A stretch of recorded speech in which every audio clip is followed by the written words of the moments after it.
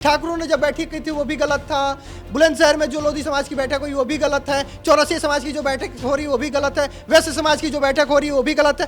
सबको बोलते हुए कहते कि ये भी गलत, ये भी गलत, ये भी गलत, तो ये भी गलत। चीजें जो पार्टी के आंतरिक मामले हैं तो पार्टी के फोरम में जो करना होगा कहेंगे होता है। विधायक की बैठक पे विधायक नहीं नाराज थे, विधायकों ने कुछ नहीं बोला, उस पे समाज नाराज था। जिस बैठक से अब विधायकों को फर्क ही नहीं पड़ रहा है, वो अपनी संगठन की बात करे, चलो भाई ठीक है, पार्टी के मुखिया अध्यक्ष ने बोल दिया अब नहीं करेंगे। अब उस बैठक की बात से आपका समाज नाराज हो गया कि भाई कुर्मी की बैठक पे आप क्यों नहीं बोले, कुर्मियों को साथ लेने के लिए अपना दल को क्यों बैठा रखा है, क्यों आपने राजभरों को बैठा रखा है, क्यों आपने निषादों को बैठा रखा है, क्यों लोधी समाज की बैठक बुलंदशहर में होती तो नहीं बोलते, क्यों ठाकुरों की बैठक होती तो नहीं बोलते, ब्राह्मण की बैठक पे क्यों आपत्ति है। जो मैसेज कन्वे हो रहा था वो पेट्रोल था और उसमें आपने चिंगारी डाल दी।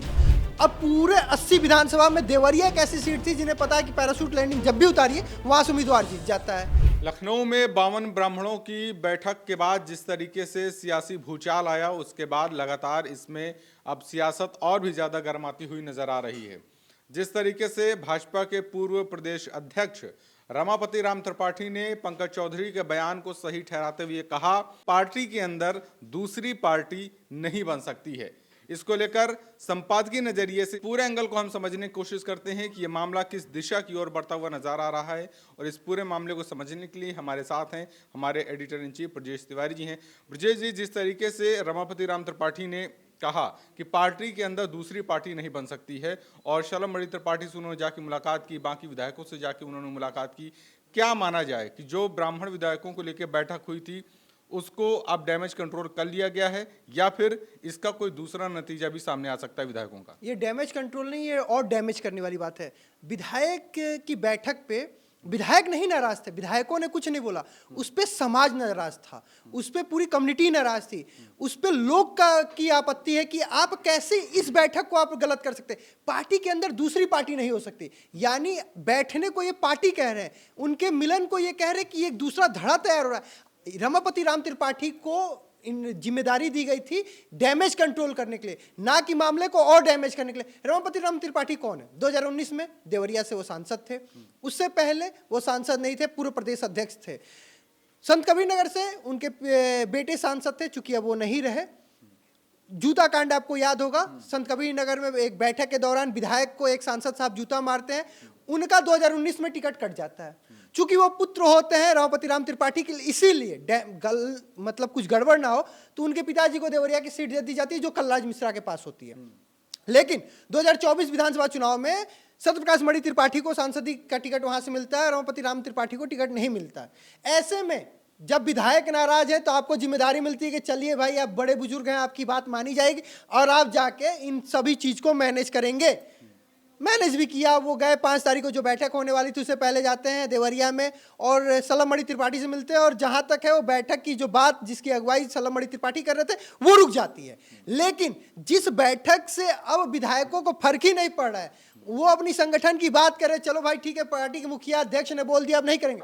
अब उस बैठक की बात से आपका समाज नाराज हो गया। जिस वोट बैंक से, जिस ब्राह्मण वोट बैंक से आप जीतते हैं, जिस बात की प्रतिशत आप दिखाते हैं, जिस कारण आपको प्रदेश में टिकट मिलता है, मंत्री पद मिलता है, अब वो नाराज है। अब वो कह रहे हैं कि भाई कुर्मी की बैठक पे आप क्यों नहीं बोले, कुर्मियों को साथ लेने के लिए अपना दल को क्यों बैठा रखा है, क्यों आपने राजभरों को बैठा रखा है, क्यों आपने निषादों को बैठा रखा है, क्यों लोधी समाज की बैठक बुलंदशहर में होती तो नहीं बोलते, क्यों ठाकुरों की बैठक होती तो नहीं बोलते, ब्राह्मण की बैठक पे क्यों आपत्ति है। अब ये लड़ाई पार्टी की लड़ाई नहीं रह गई है, अब ये लड़ाई ब्राह्मणों की लड़ाई हो गई है। अब इसके लिए आप देखिए ना, अलग अलग कम्युनिटी के लोग, अलग अलग पार्टी में जो लोग हैं ब्राह्मण, वो बोल रहे हैं, उनको अब इससे आपत्ति नहीं है कि किसने बोला, कैसे बोला, कहाँ बोला, क्यों बोला, कितना बोला।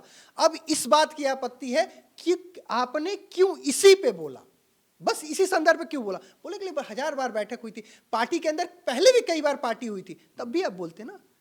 आप जब अपने दिल्ली वाले आवास पे बैठक कर रहे थे तब भी बोलते। बस एक पर्टिकुलर चीज को आपने निशाना बनाया लोगों के अंदर, जो आपके वोटर्स हैं। चूंकि आपने ज्ञानी बाबा जाके शर्मा के चाय पे किया था, मैंने उसको पूरा सुना, अलग अलग वकील आए थे, टीचर्स आए थे, जॉब करने वाले आए थे, स्टूडेंट आए थे, वो वोटर हैं, वो कह रहे हैं कि हमें बीजेपी के हम वोटर हैं, हम वोट करते हैं। लेकिन हमें आपत्ति है कि जिस प्रतिनिधि के नाम पे हम वोट करते हैं, अगर उसकी इज्जत नहीं है तो हमें ये क्या समझते होंगे। यही उनका कंसर्न था ना। बिल्कुल, ग्राउंड में हमने जो रिपोर्ट में जो लोगों से जाना, जो उनकी राय समझी, उनका साफ तौर पर यही कहना था कि हमें इस बात से कोई आपत्ति नहीं ना, हमें कोई नाराजगी पार्टी को लेके, लेकिन ब्राह्मण बैठक कर रहा है उसको लेकर सवाल क्यों खड़ा किया जा रहा है। तो अब जिस तरीके से रमापति राम त्रिपाठी ने बयान दे दिया, क्या लगता है इसका कहीं ना कहीं कोई और नुकसान पार्टी को हो सकता है? ये डैमेज और कर दिया। आप अभिभावक है ना, आप जैसे क्या होता है, अभिभावक कभी कभी बच्चों को मारता है तो मार के पुचकारता है, लेकिन आपने जैसे पुचकारने वाला काम नहीं किया। आपने जो मैसेज कन्वे हो रहा था वो पेट्रोल था और उसमें आपने चिंगारी डाल दी। प्रदेश अध्यक्ष ने डांटा था, इन्होंने और ज्यादा डांटा, उन्होंने डांटा था, इन्होंने कान पकड़ के मार दिया कि कैसे करेंगे, पार्टी के अंदर दूसरी पार्टी। अरे तो ये पहले वाली भी बात पे होता ना कि ठाकुरों ने जब बैठक की थी वो भी गलत था, बुलंदशहर में जो लोधी समाज की बैठक हुई वो भी गलत है, चौरसिया समाज की जो बैठक हो रही वो भी गलत है, वैश्य समाज की जो बैठक हो रही है वो भी गलत है। सबको बोलते हुए कहते कि ये भी गलत, ये भी गलत, ये भी गलत, तो ये भी गलत, बस ये गलत और बाकी सब पे चुप्पी, इस पे सब कुछ दिक्कत। तो वही बात है कि बाकी पे क्यों चुप्पी भाई। तो ऐसे में जब देवरिया में खासकर जो कनेक्शन है रमापति राम त्रिपाठी का, देवरिया में 18% से ज्यादा जो है ब्राह्मण वोटर्स हैं, 64%। 64%। 7 विधानसभा, 2 लोकसभा, सलेमपुर और देवरिया 2 लोकसभा आता है, 7 विधानसभा आता है, एक एससी सीट सलेमपुर है और बाकी सभी सीटें नॉर्मल हैं। और आप बरहज को छोड़ दीजिए, रुद्रपुर को छोड़ दीजिए जहाँ निषाद वोटर ज़्यादा है। देवरिया खुद ऐसा क्षेत्र है जहाँ से सबसे ज़्यादा 64% के आसपास ब्राह्मण आबादी है। बरहज जहाँ पे आबादी ज़्यादा है, भाटपा रानी, कामेश्वर उपाध्याय भाटपा रानी जीते थे सपा से, लेकिन वो भी ब्राह्मण थे। तो आप देखिए पूरा एक ऐसा बेल्ट है ना जो ब्राह्मण बहुलक एरिया है। कलराज मिश्रा को जब सेफ सीट, मोदी जी जब पहुँचे बनारस, तो चूंकि वहां से मुरली मनोहर जोशी पहले लड़ रहे थे तो उनको सेफ सीट देनी थी तो कानपुर भेजा गया। अब पूरे 80 विधानसभा में देवरिया एक ऐसी सीट थी जिन्हें पता है कि पैराशूट लैंडिंग जब भी उतारिए वहां से उम्मीदवार जीत जाता है, इसीलिए कलराज मिश्रा को कहा गया कि आप देवरिया से लड़िए। रमापति त्रिपाठी संत कबीर नगर ये पूरा मामला हुआ तो उन्हें कहाँ भेजा गया, देवरिया भेजा गया। देवरिया एक ऐसी सीट है जहां ब्राह्मण सेफ सीट कहा जाता है कि आप वहां से किसी को उतारिए पार्टी टिकट पे वो सीट जीत जाएगा।